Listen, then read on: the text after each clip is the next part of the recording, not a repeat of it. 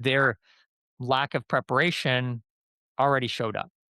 But it doesn't mean that it needs to be compounded over time and be translated into their departmental debt around preparation. If they had debriefed, then you might imagine they would be able to learn from, for future events. And yes, acknowledge there's a preparation deficit, but really reduce the debt for the future. And unfortunately, in this case, they didn't. And so I would imagine, and our contention is that that's going to have longer term consequences. It also impacts, not just patients, it impacts the culture of your institution. What are you setting out in terms of the message to your staff about what's important, instead being asked to go right back to work.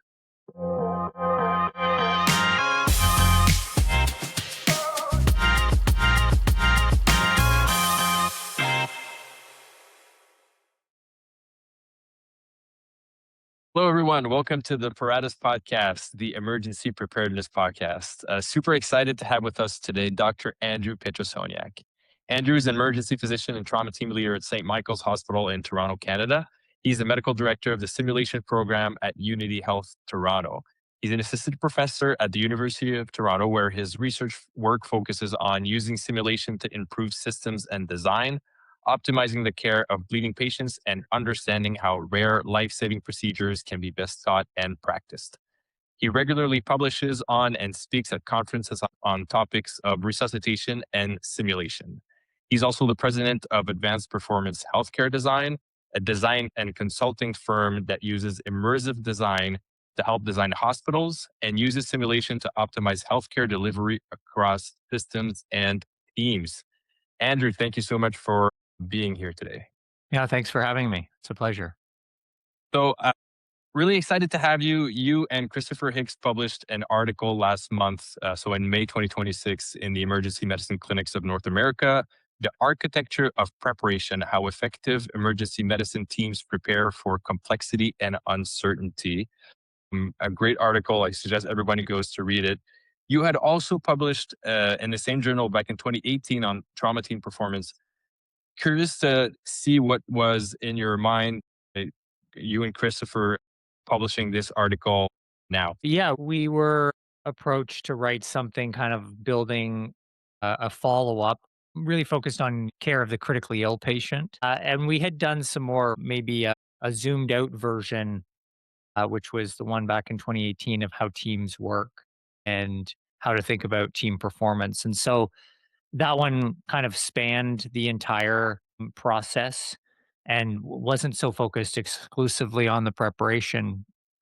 But I think as we have been thinking about this and studying it a bit more, and with some of the work that we do with advanced performance in the private sector, we've come to realize the importance of preparation, and that it really is the launch pad for future success, not just in that one moment, but over days, months, and years going forward. And so I think we hadn't seen anything out there that really articulated preparation in the way that we put this together. There's certainly different papers out there, different facets of preparation, but we thought we could provide our own kind of unique contribution to the literature. So yeah, we're really happy with some of the ideas that kind of came out, and I think just the act of sitting down, coming up with ideas, having them go back and forth, iterating on them, that sort of deep work idea really is important. And when you're trying to think about some of these more conceptual elements. Yeah, love it. No, and it's just jam packed with amazing concepts, and that's where I was really excited to sit down with you for sure. So before starting, and the article starts with a nice scenario showing a little bit, where we can improve. I'd love if you could go through that for us. Yeah, I mean, we often like to, anchor some of these conversations around something that's tangible. Obviously, this was written for the emergency medicine community.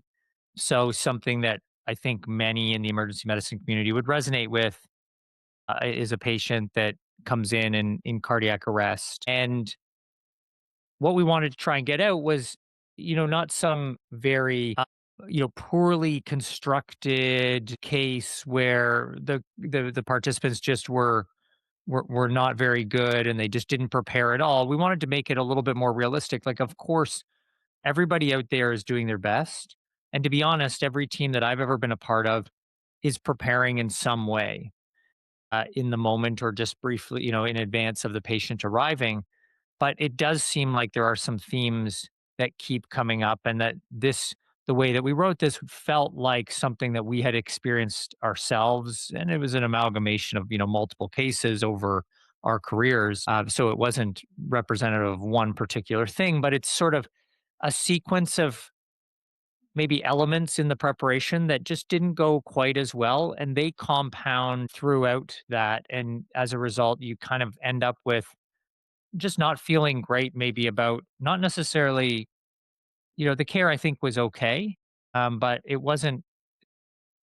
There were areas that could be improved upon, and so we described a patient that arrives in cardiac arrest.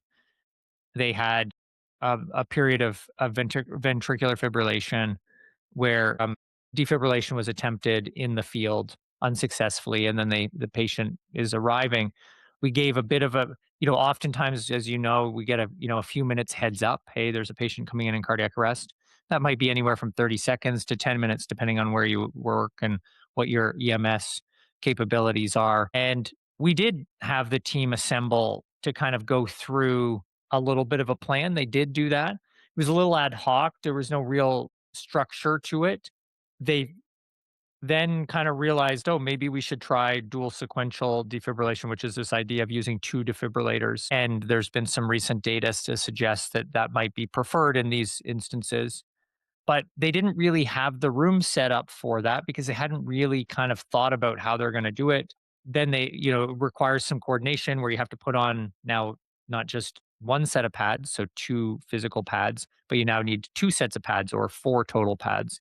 And it's clunky. It's hard to do. We've run multiple simulations in our center to try and coordinate this, and it really can lead to long delays when you're trying to put on all these pads and ensure that the goal is to deliver a little more energy in different vectors to the heart to get it to restart. But the downside is you could have some really long peri-shock pause where there's nothing happening, and as a result, could be a poor outcome for the patient. And that's what kind of happened in this case. They continue to resuscitate the patient. They're doing all the right things, but there were probably some areas where there were really big inflection points that big levers or leverage points where if they had done it better, they could have had an outsized positive impact. And instead they had the opposite. And then afterwards, they paused for a moment of silence for the patient and their family, which is, I think a standard now in many places. That's what we do. But then they didn't, everybody was busy. They needed to get it back to where they were working. And so there was no follow up debriefing or anything. And as a result, we're left wondering whether this will just happen again the next shift or the next time that this patient arrives. Yeah, thanks for that. And you talked about compounding. One of the first concepts that you bring in the article is preparation debt and the difference with preparation deficit. So I'd love if you can go into that a little bit. Yeah, we borrowed this idea. So for those that spend time reading anything in the software literature, I guess I don't know who's reading that stuff, but I guess it is out there. But it's well described, this idea of technical debt in software development, which kind of refers to future costs incurred by, if you don't develop software properly, then you will end up shortcutting, the design, and you incur future costs, right? If you cut corners in the design of some program, some app, then that will not be good over time. And that's this idea of technical debt. We thought that sort of aligns with how we prepare. So we introduced this idea of preparation debt, where if you sidestep preparation over time, you will probably have problems, and there will be consequences for the future. So in the immediate term, you might have a deficit of preparation or preparation deficit. That's sort of like the immediate direct consequences. And those kind of appear right away. In this case, there was, a preparation deficit of not having a second defibrillator in the room. And as a result, the team was clunky with this. They weren't able to apply the pads in a meaningful time. And as a result, there's probably some, poor outcome attributed to that prolonged period of where they were, messing around with the pads and not doing CPR. And so as a result, that's bad. Preparation debt accumulates when organizations choose to defer that training, that rehearsal, that systems level preparation. And you can, that has like a protracted and poor effect on organizational culture, patient safety, and so as a result, it's failing to invest long term in the preparation within an organization, whether you're in a hospital, whether you're in another healthcare organization, whether you're in a business, will have long lasting impacts. And so in this case, the debt starts to show up when that team did not debrief or take an opportunity to learn, like, okay, could we have done something different? Not because it would have changed anything in that moment, right? They've already spent, their lack of preparation already showed up. But it doesn't mean that it needs to be compounded over time and be translated into their departmental debt around preparation. If they had debriefed, then you might imagine they would be able to learn from, for future events. And yes, acknowledge there's a preparation deficit, but really reduce the debt for the future. And unfortunately, in this case, they didn't. And so I would imagine, and our contention is that that's going to have longer term consequences. It also impacts, not just patients, it impacts the culture of your institution. What are you setting out in terms of, the message to your staff about what's important, instead being asked to go right back to work and caring for more patients, which in the short term might be the right move. But long term, we would argue that preparation has substantial upside and is worth, a few more minutes on a wait time in the near term. Yeah, that was so when I read this, Andrew, it was so eye-opening for me just the way that you phrased it, because we've all lived where, we get into this habit of, and I love you use the term a learned helplessness, right? So Yeah. we just get into the habit of doing things this way, and that's how we always do it, and we never debrief, and we never do a 0 point survey, and we never really prepare. And so for that case, it's obviously, as you said, preparation deficit. But in the long term, after 10 years of doing this is just how you do it. So if you at that point want to roll back and start introducing these concepts, there's just so many years of habit ingrained and of, local practices. So I can, really, I thought it really explained clearly how you can really compound the difficulty of, as you say in the article, digging yourself out of the hole, right? Yeah, I think I would imagine that what we described resonates with many in, acute care medicine. I mean, maybe healthcare broadly, but there's forever a push to do more, see more, push more volume through because there's a never ending line of patients that need care.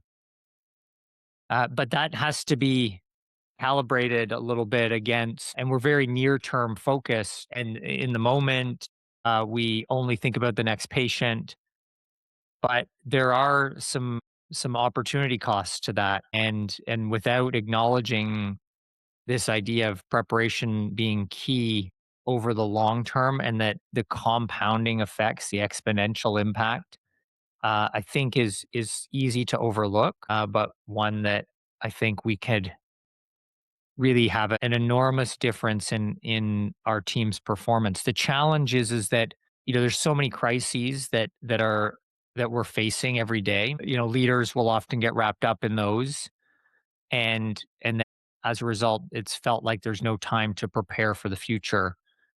And so that's true. Um, there's never enough time. It then it's just a prioritization thing. And so some toggling between near term and far term priorities becomes important. And acknowledging that, maybe in this case, if we use this as an example, like let's acknowledge as an organization, imagine, this was you and I taking care of this patient. We would come together with our team and say, you know what, it's okay that the rest of the waiting room is going to wait for another 15 to 20 minutes, because over the long term, that is going to be a negligible amount on our wait times. And it's going to have such tremendous upside for some patient who actually needs our care, and where minutes, seconds matter. Me or you going to see the patient with an ankle sprain who's waiting, really it's not going to change there's no value add other than not to diminish their wait time feel, but on the aggregate, we should recognize that there's value for the next patient who comes in cardiac arrest, that if we are better prepared, that patient will, has a greater chance of a better outcome. And what do you feel? Because I know where you work, you really, I don't want to say enforce, but use the concepts that you described here. At some point, doesn't it become kind of preparation investment in the sense that as you're doing these things and you're doing them more and more, doesn't it become habit at some point? So, I mean, at some point, you're just so used to doing them that does it not take any extra time, anyways? Yeah, I mean, well, certainly the amount of time diminishes, right? So that yeah, like just like you accumulate a debt over time, and that debt can certainly get bigger faster, right? And you can look no further than sort of what's happening in the world right now in terms of how countries accumulate debt. You get the opposite effect in a positive way if you uh, invest in it. And exactly to your point, yeah, if you use, sort of economic terms, you do get a compounding effect. Like now in our trauma bay at St. Mike's, we have a pre-departure checklist. So every time we leave the trauma bay, we run the checklist as a point of just kind of getting the team, everybody on the same page. It's just almost a moment of pause. So it sort of just felt like it's needed to occur, as if that's our cue that we're now transitioning to the next phase in this patient's care. A lot of the content even maybe isn't is the frequency in which we identify something like, oh, we forgot to do something, is so minimal. It's rare, but it is something that our team has become accustomed in doing, and we'll have nurses say, or another team member say, "Oh, we didn't run the checklist," and so that happens. In addition, we've integrated a pre-brief that now happens, and we use very much kind of similar to what we published in the article, but just what do we know? What are our priorities? Who's here? What are our roles? And what are our next steps? Very quick, happens 30 to 60 seconds, and we have very little info when we're working in the trauma environment, usually from EMS, and often that information is degraded, kind of through broken telephone. But that's not the point. The point is what it does is it gets everybody on the same page fairly quickly. And that way we're more able to adapt when the information changes. We know who's there, we know who's not. If there's a team that's not present, okay, well then we can accommodate that, or we'll, ensure that somebody's tasked with finding out why they're not there and coming down to the trauma bay. It also ensures that everybody is on the same page with a potential plan. And just last night I was on trauma call, and a couple of our patients came in, and in one case we didn't have that the trainee that was leading it, didn't do a pre-departure, or it didn't do the pre-brief. And so the team was kind of looking around, and then we sort of did one as the patient was rolling in, and it just got everybody centered on the same page. And so that builds over time, and now it's expected by our nurses and our other physician colleagues, RTs, everybody that's involved. Yeah, that's amazing. That calls to culture because after that, the new people that come around, then they just, kind of roll into the flow. So yeah, that's great. Next part in the article I wanted to touch were the three phases of preparation. You have strategic, which are a couple minutes before, operational, which are during, and reactive, which is after. I'd love to go into a detail for a couple of those, but just curious to have your thoughts on why you decided to split it this way and why these are important to your mind. I think Conceptually, what we wanted to have come out is that everybody thinks preparation happens before, but preparation is sort of a mindset of readiness that should occur kind of before, during, and after. We're imagine you're resuscitating a patient, or you are running a mass casualty event, or maybe you're making a business deal. Just because, preparation doesn't start the moment, just in advance of any of those events. What you're doing is trying to position yourself for things in the future that are potentially predictable, and obviously in some cases not predictable or low probability. Shane Parrish writes about this, I think, in his book Clear Thinking. He talks about positioning. Like, if you're well positioned, then you can accommodate and tolerate deviations or aberrations in what's happening far better than if you're not positioned. And so what it is just this continual idea of checking on your own position. Obviously, it has to start somewhere. So we arbitrate. We previously we had written, how do you design a space, a physical environment to ensure that you can support preparation? But here, this was very much focused on the patient itself. Strategic preparation. Like, what can you do in the few minutes before? But then operationally, you're gaining new information. Well, the idea that you would just stop preparing for the next things it doesn't make a lot of sense to us. And so, yet preparation is often thought of as just a thing you do before something happens. And we really tried to move away from that.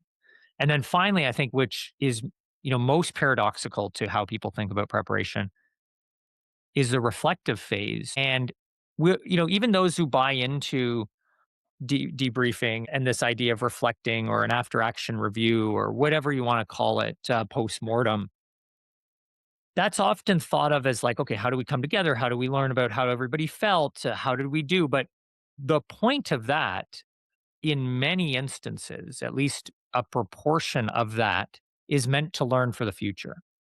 Obviously, we want to make sure that somebody's not feeling uncomfortable. There was some negative interaction that occurred. But again, that's all meant to prepare for the future. Like, if you and I are working and we're working on a case together, we have a negative interaction, we then debrief about it.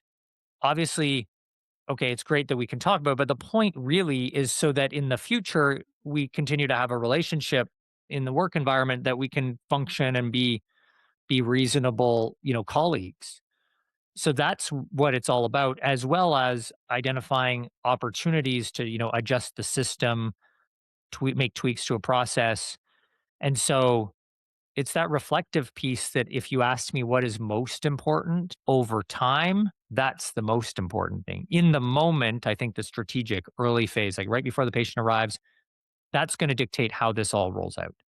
But if you ask me how, if you want to build a better emergency department, a better hospital, a better healthcare organization, a better, business organization, I'll go and find the institutions that value reflection and take those reflections and integrate them into future work. I'm going to bet on that organization 10 times out of 10 to be more successful. That's really interesting. And you say, I can't remember the exact quote, but that, reflection and preparation sound like antonyms, but they're actually, work hand in hand. That's really interesting. Can you speak to the process versus outcome oriented review and debriefing, and how that affects the practice? Yeah, I mean, I think we're very outcome focused in medicine, rightly so. The patient doesn't really care about how we get them to survive, right? So that makes sense. But, on the aggregate, our teams over time, if they have great processes, are going to more likely than not have better outcomes for patients. And so there's a bit of tension there. You know, the, when I was just down at Queen's University giving a talk on talking about simulation, and we were talking about process and outcome, and I use a story about a hypothetical story of little Johnny. Little Johnny walks to school every day. He's in grade 4, and he's been walking to school since he was in grade 2 by himself. And he says to his mom one day, he's like, "Mom, I never look both ways before I cross the road." And, obviously, as a parent, she's shocked and says, that's not a good idea. You're going to get hit by a car. And he's like, well, but it's worked every time up until now. And so why would I change? My process is great. The outcome has been I've never been hit by a car. So little Johnny can't figure it out. And his mom is obviously shocked and concerned about her child's safety. And what that really highlights is that you can have an amazing outcome. For 2 years, little Johnny has walked to school, 200 days a year, or however many times kids go to school. Feels like my kids never go to school. I don't know. They're always off on vacation or whatever. But the process, little Johnny's process of crossing the road, not looking both ways, is horrendous. So obviously the process and outcome are linked, but they're not directly linked the way that we assume they are.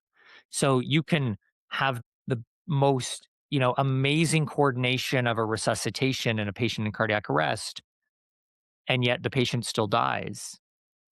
And vice versa, you can have a patient that you save because, at the right moment, you just happen to give epinephrine and the heart, or, you defibrillated the patient and you restarted the heart, even if everything else went terribly. And so understanding that is really understanding the process and how it decouples from the outcome is really key. So when we talk about it in the debriefing, we try not to focus so much immediately on the outcome. Really focus on, okay, what did we do? Tell me about what was happening, in certain instances at certain checkpoints throughout the resuscitation, so that if there's something that, for example, a nurse continually has to do a workaround on a particular workflow, well, maybe that's a terrible process, but he or she has come up with this because the process is so terrible around them, and they've come up with this amazing idea of, working around, the way that they maybe have to, I don't know, get meds more efficiently, or run a certain infusion or do something, in clinical care. And if we don't understand that, then we're really missing out. If we just focus on, okay, the patient had a bad outcome. Okay, we should debrief that because something must have gone wrong. But that's true. You could very much have had an amazing resuscitation, and vice versa. We want to learn what happened. What were the processes that happen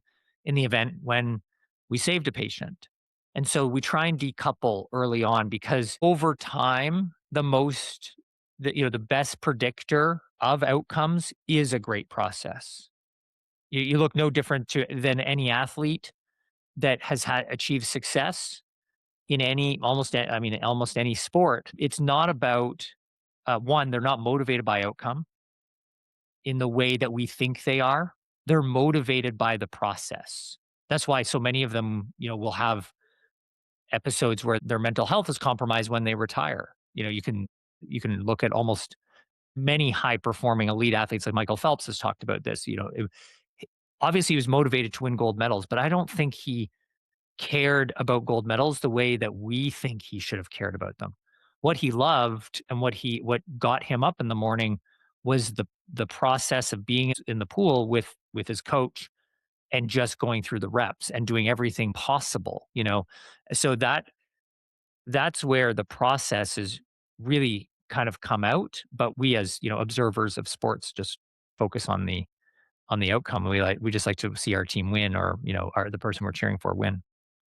So when you during a debrief identify a problem in process, how do you then make sure that it doesn't happen again for the next iteration? Like, do you guys have a system in place? Is there something you would recommend for people to use as a system for this?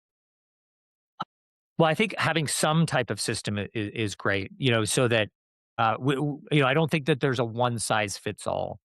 Ideally, you have somebody that captures some degree of the data from the debrief. Mm. Somebody that is tasked with, okay, if there's something that's heard, and maybe that can be somebody that's was not necessarily linked to that case, an outside, a third party observer, and a nurse or a physician who was not part of that case, but who was, in the department or in the organization or whatever, that can assist and document that.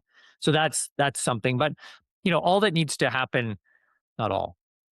One strategy is just to have a plan in place so that it's acceptable that there will be learnings and things identified from these events, and that it can go to a place where those events can then be reviewed agnostic of a particular patient or a particular event, and that can be kind of incorporated iteratively into processes. So how that actually works, I think, would be institution specific.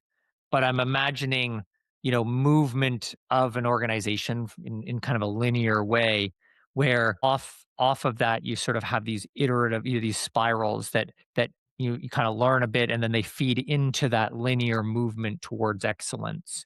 And so it's just whatever process will allow you to learn, to reflect, and then to reintegrate that back into your next, into a new training module, or to into the next simulation you run, or to the next case that you have that would mirror this. If it means that it's because you identified some equipment gap, which we just did. We ran a simulation recently. There was a particular equipment that piece of equipment that we were like, oh, we don't have that size. We probably should get that one. Well, then what did we do? We haven't written down a process, but we allow people invested in excellence to then be able to, email our equipment person and say, listen, we need this.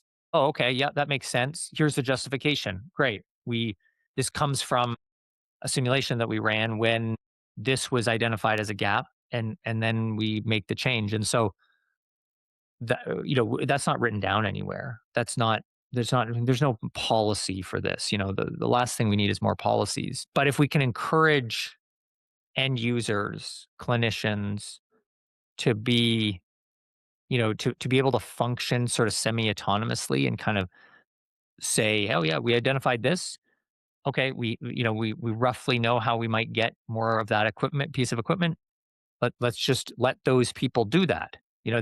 Empower them to be that. If it's really expensive, okay, then it might have to go through, some type of departmental approval. Fine.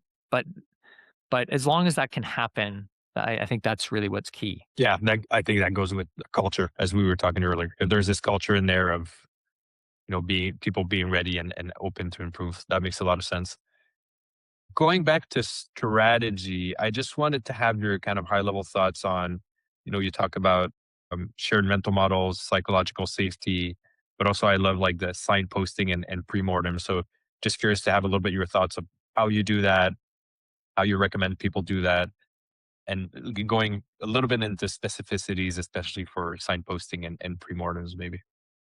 Yeah. So in the strategic phase of preparation, that's kind of what you're doing right before an event is going to occur. In this case, we're talking about a patient arrival, but again, it could be kind of anything. If you're the NASA team and you're launching a rocket, that'd be what you're doing kind of in the hour leading up to it. So one of the things is, creating conditions where psychological safety is optimized. Google has identified that as in their Project Aristotle study, where they studied teams. That was their most important element in predicting high team performance, psychological safety. So that's this idea that you feel empowered to speak up, that it's safe for interpersonal risk taking. What it is not is, quote, this is I feel this is a safe space. We're not going to speak up. We're not going to share criticisms. That's not what it is. That's unfortunately what it might sometimes get confused for. But what it means is that if I say, hey, listen, I think there was a problem, or, in the moment we're resuscitating a patient, and I think that, the decision you make, or you think the decision I'm going to make is the wrong one, that it's that you feel empowered, and that there won't, you're not going to lose your job. Nobody's going to yell at you. That in fact, it's encouraged that if you see something, particularly a safety concern, that you feel empowered to speak up, and that all it is meant to identify the thing that you're talking about. It's got nothing to do with it's not a personal problem, right? This is just about the task at hand. And so being able to do that, and build psychological safety within a team is important. But it's not just something you can flip the switch. It's not like we are psychologically safe or not. It's a continuum that we're kind of continually trying to improve on. How can we do that? Well, let's, pre-briefings as prior to the patient rolling in or before the event happens. Who's going to do what? Who's accountable for what? Are you familiar with your environment? Is everything confusing to you? If that is, then it's going to be harder.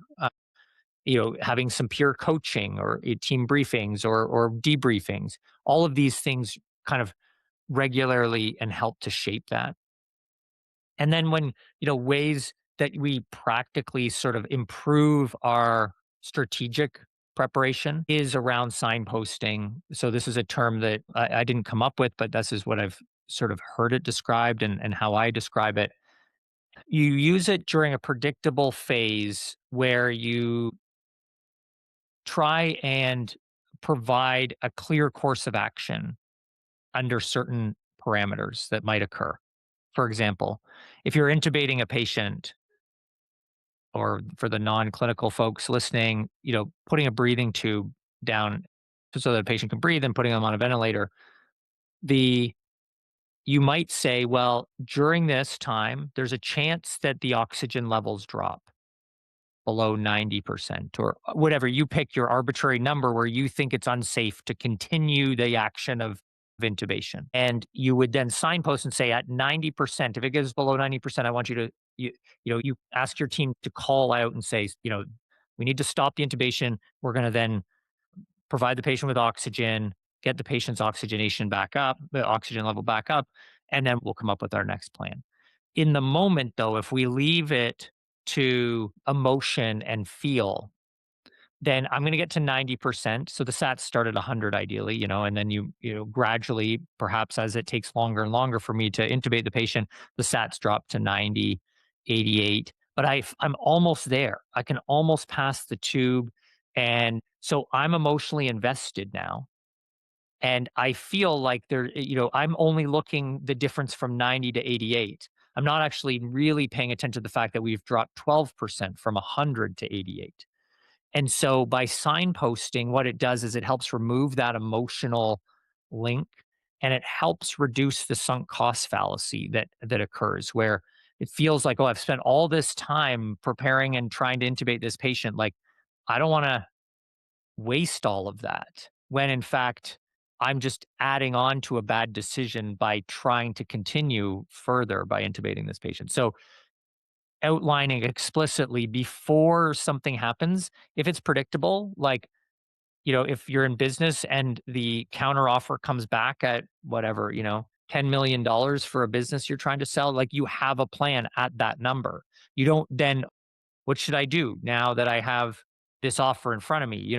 So signpost the decisions and then come up with a plan for those. Yeah, okay, that makes a lot of sense. And the last one was how about pre-mortems, which are kind of different than what we usually do for this.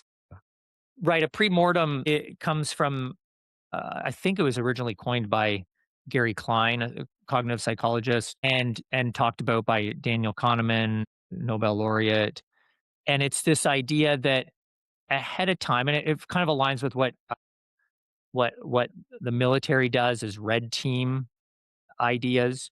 And it's this idea that you assume failure and you can pick whatever that looks like. Not, you can't say things like, let's talk about the things that might go wrong. No, that's not how you phrase it. It's okay, here was our plan. Our plan was to resuscitate this patient and we didn't get the patient back. Let's imagine that. Now let's brainstorm and you do this right before, you can like all the different ways that that's not going to go, that might happen. And then because we're not sort of asking in the conditional, we're assuming that it happened. We now help people move past that and then just focus on the brainstorming of why it might all happen. And then you can put in place strategies to overcome those. But it's Yeah, that really makes key to not say what might happen. You have to make people imagine that that the plan did not go as expected and it has failed. So what are the ways in which that has happened? And it's funny because as you say, what if this happens? Yeah. But then as you say, this has failed, I get this kind of emotional response, right? It's like you really feel like you're in that moment now that this thing has happened. But at the same time, you get the opportunity to say, why has this happened and how can we catch this? But now, by the way, it hasn't happened yet, which is the perfect situation. Right. Yeah, yeah, hence the pre-mortem, so nobody's died. Yet. Exactly. Yeah. Andrew, let's say we take all these together, go back to the scenario you had at the beginning of the paper. In the same type of situation, let's say these practitioners are using all of the concepts you talk about. What is an ideal kind of, and let's say process rather than outcome of what would have happened to this case? Yeah, so first of all, I think it would be important to recognize that the patient still could die, right? The same outcome still could occur. But what could we do to reduce that probability or to optimize success? So, I'd want the team would come together and say, okay, what do we know?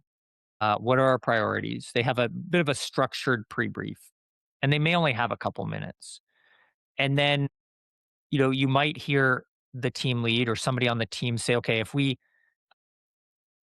if after three defibrillations, two have occurred in the field, we're going to do one more here. After the third, we're actually going to do what's called dual sequential. So we're going to add a second defibrillator and we're going to signpost that so that if after three shocks, two have occurred in the field with paramedics and one here, we're going to do one more here. If we continue to have ventricular fibrillation, we are going to move to a dual sequential defibrillation. So everybody's already on the same page. At that moment, somebody might then say, okay, well, I guess we need to go get the second defibrillator. Or the team lead say, okay, what do we need to do to make that happen? So now I've brought that pad in. Plus, then we're going to talk quickly about, okay, who's going to put those pads on and how are we going to coordinate that? So now we're already in a bit better position. And so now we're ready for the patient to arrive. We've also, we can run a quick pre-mortem. Okay, what if, what instances may lead to this patient not surviving? Well, one of those might be a prolonged lack of CPR by us as a team. Okay, what might lead to that? Oh, yeah, well, if it takes us a long time to put the pads on, that's going to be a problem. Okay, so how can we coordinate that? And so you kind of do a mini pre-mortem. Like that's the extent of the pre-mortem. It's not some big long-winded Hmm. event. And then, you've already signposted at three shocks, this is what we're going to do. And here, so people know there's no debate. We can debate later, or if something unusual comes up, we can then kind of come through that. And then after, we then kind of continue the resuscitation. And then afterwards, we do a moment of silence for the patient if the patient dies. And then we will take, a few minutes and say, what's important about this is that we come together and debrief it. And even if the patient survives, we're still going to come back together and we're going to frame it to say the 15 minutes we're going to take right now is going to be 15 minutes that patients are going to wait in the emergency department. We're also going to frame it, and that's going to be acceptable. The other way we're going to frame it is imagine we continued this resuscitation on for another 15 minutes. Would anybody walk away? They wouldn't. So all we're doing is imagining that we're actually still resuscitating the patient. We are, we're just doing it for the next patient.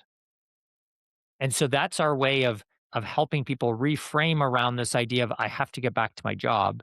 And then we take those debrief learnings and then we feed them into, some institutional pathway in which we can improve for the next time. Love it. Thanks, Andrew. That was very practical and, certainly things that I think are all definitely at our reach to implement in where we work. And to that point, how do you convince people or how would you recommend that someone wants to start doing this where they work? How do you get other practitioners, clinicians, colleagues to buy into this? And also on an organizational level, how would you recommend people go about that? I love the idea of both an top down and bottom up approach. And I try, on a bottom up approach, the way that we've done it, I'd already kind of described, like we introduced small things. So we didn't just say we need to prepare better. It's too nebulous. There's no way that you can solve that. But what we said is, okay, it would be great if we had an ability to run a pre-brief every trauma or most, right? And so even if we run 90%, we might miss a few. But so that's where we focused for a little bit. Then we focused on having debriefings and, whether the next piece is data capture for, we use that for our CPR, cardiac arrest work. So we capture the data and we anchor that into the debriefing. So we actually use tangible, for the cardiac arrest data from the defibrillator, we integrate that into the debrief so that we can be like, oh, this is actually how long our pauses were. And so you have a debrief or a data driven debrief or data supported debrief.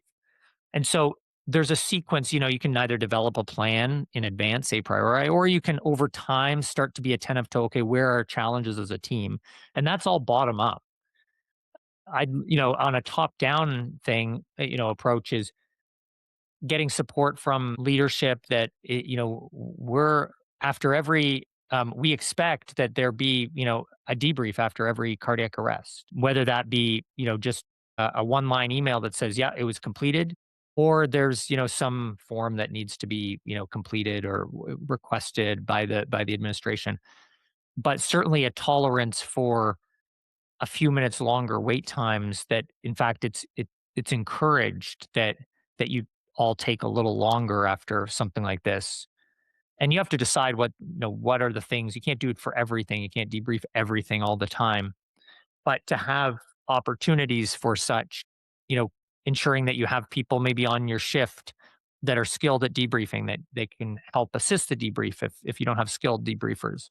And so creating training for those people that might be quote, you know, super debriefers or people that are more skilled and then can assist with that. And so I think both top down and bottom up is necessary. And over time that improves your culture. But if you just, I think if you can just prepare better for one patient one time a year, I think then that's the minimum bar. And whatever it might be, whatever domain that you're listening to this in, if you can just do it one time a year, that compounds over time. You'll be a bit better every day. And then, maybe next year's two times and then four times and, eight times over time. And it gets easier because that eight times in 4 years will be about the same time it takes to do the first one. So now you've compounded and exponentially grown in terms of your performance. Yeah, I love that. Doing little things and then over time is for sure going to make a difference.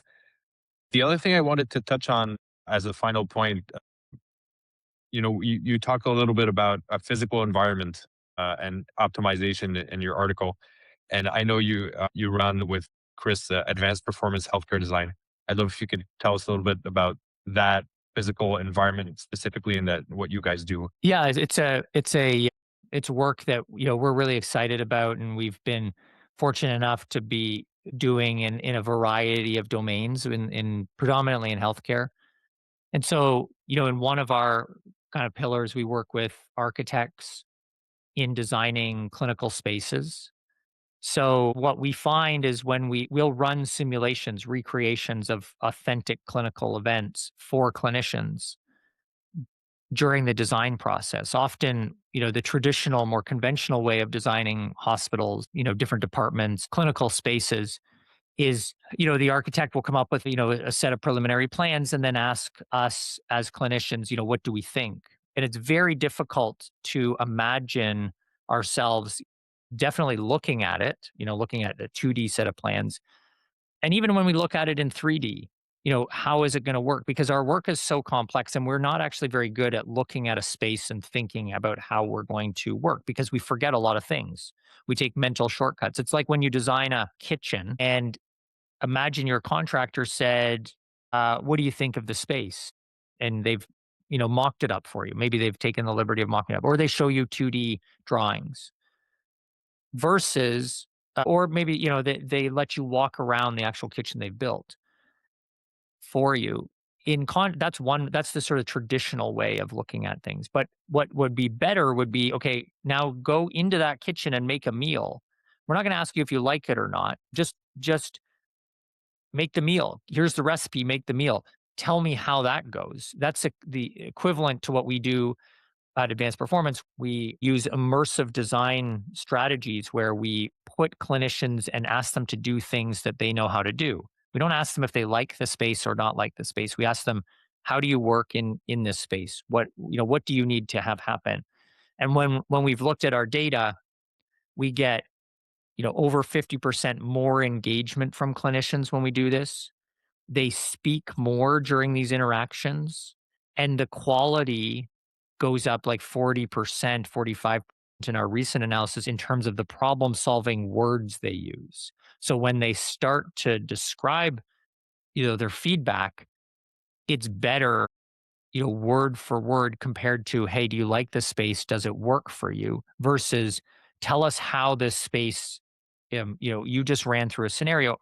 What was that like? How did that work? What challenges? And so we get with the same time, we using simulation, and we use a bunch of different strategies, either mock-up or virtual reality or tabletop scenarios, different ways.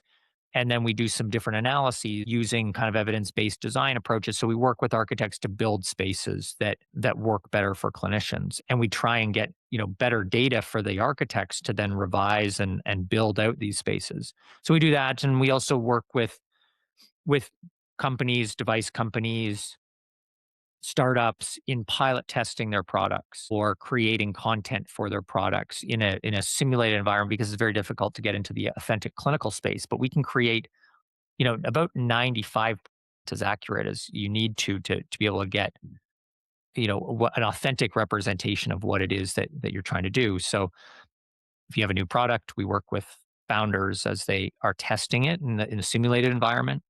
If you're an established company and product, then we work with you in creating content for educational purposes, marketing purposes, piloting new ideas, different workflows. So a few different pillars that we work in. Nice. I love that. That's so innovative. And it's so funny because how the human being is when we walk into a kitchen, we're like, oh, I don't like the backsplash. But by the way, the fridge door doesn't open, but you never check the fridge door because you're not like in a so I can totally see the same thing happening. Oh, I would have put this over here kind of thing. But then when you actually run the scenario, you realize, oh no, that thing was at the right place. But by the way, the gurney doesn't exit because the wall is too close. And I can definitely see once you've built your space, it's kind of too late to tear some walls down.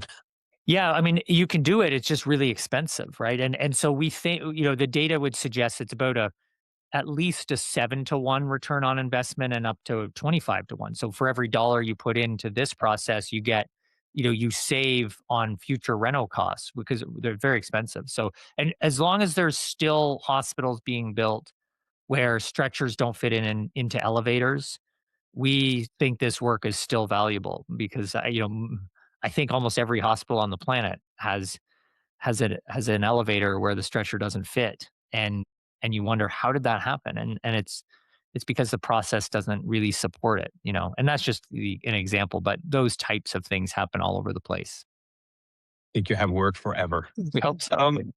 Yeah, I think so too. A couple of questions for you, Andrew, before we finish. What do you think people get wrong about preparation that you see the most often or you see like most impactful? I think it's a little bit what we described already. It's this idea that preparation always happens at the beginning, and really preparation is iterative and cyclical in nature, and that we should take advantage of all phases of whatever the process is that we're using to consider the future, to consider for future preparation, so that the reflective process is in my opinion, if you're going to have the biggest bang for your buck, that's where I would put in effort, money, resources.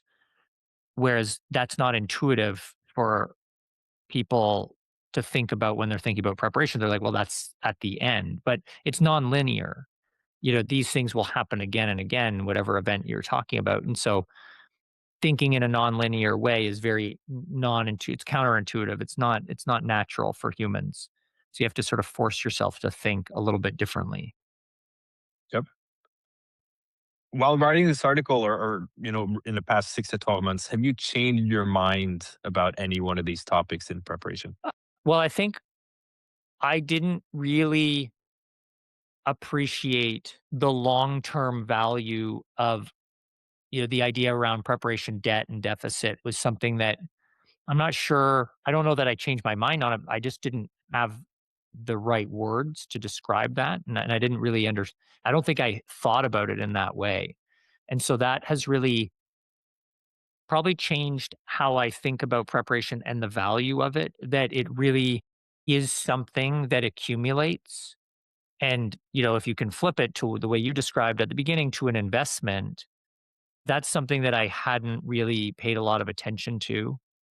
And I think that that probably is the biggest change in how I've thought about preparation, that it really is either you're spending or you're investing it in future situations. And so I think that's something that has impacted me in terms of trying to convince people that we should invest in preparation, understanding the downsides of not. And that's really where I've focused a lot of my thought and effort. Yeah, definitely my favorite concept of the article. Last one for you, Andrew, and this is an open question. What makes you optimistic about the future? And it could be about medicine, it could be about something else. Really open question. I think in this domain, and well, I think we're thinking a lot more about how we're thinking. I think we are aware of how we're thinking, and we spend time kind of communicating that. I think that is probably what makes me optimistic, in that we can then calibrate and come up with strategies in a better way for the future. I mean, in part, some of that thinking is being offloaded to AI, and that might be problematic. And to be optimistic, I think is that we're acknowledging that, and then the next steps are building in ways so that we aren't cognitively offloading everything, but really being attentive to understanding, that humans are not going to always behave rationally, and that's kind of come out of the cognitive psychology literature, or cognitive or behavioral economics literature. That we don't treat trade-offs rationally always. And so a lot of my ideas come from giants in this space, like Gary Klein and Daniel Kahneman and Ava Tversky, and they've really set forth a way of thinking that will allow us, I think, to create better teams. I think what's great is the amount of effort people are now starting to devote towards, the elements of team performance. The work that Amy Edmondson's done on psychological safety, in making that term something that people actually know and Google's studying. And so I have to imagine our teams are going to be better in the future than they were in the past, as much as, the world has become very fragmented, and, there's lots of conflict. But within the teams themselves coming together, I think we have better verbiage, we have better understanding about what makes a high performing team, and we have amazing data that can then now inform team performance. I mean, I think it's so exciting to see what the future has to offer. Yeah, and thank you so much for taking the time today, but also taking the time to write this article with Christopher. Amazing concepts. Really encourage everybody to go and read it. Yeah, thanks for contributing to that. And once again, thanks so much for taking the time today, Andrew. Oh yeah, thanks for having me. It was a great conversation. All right. Thanks so much. Yeah, you're welcome.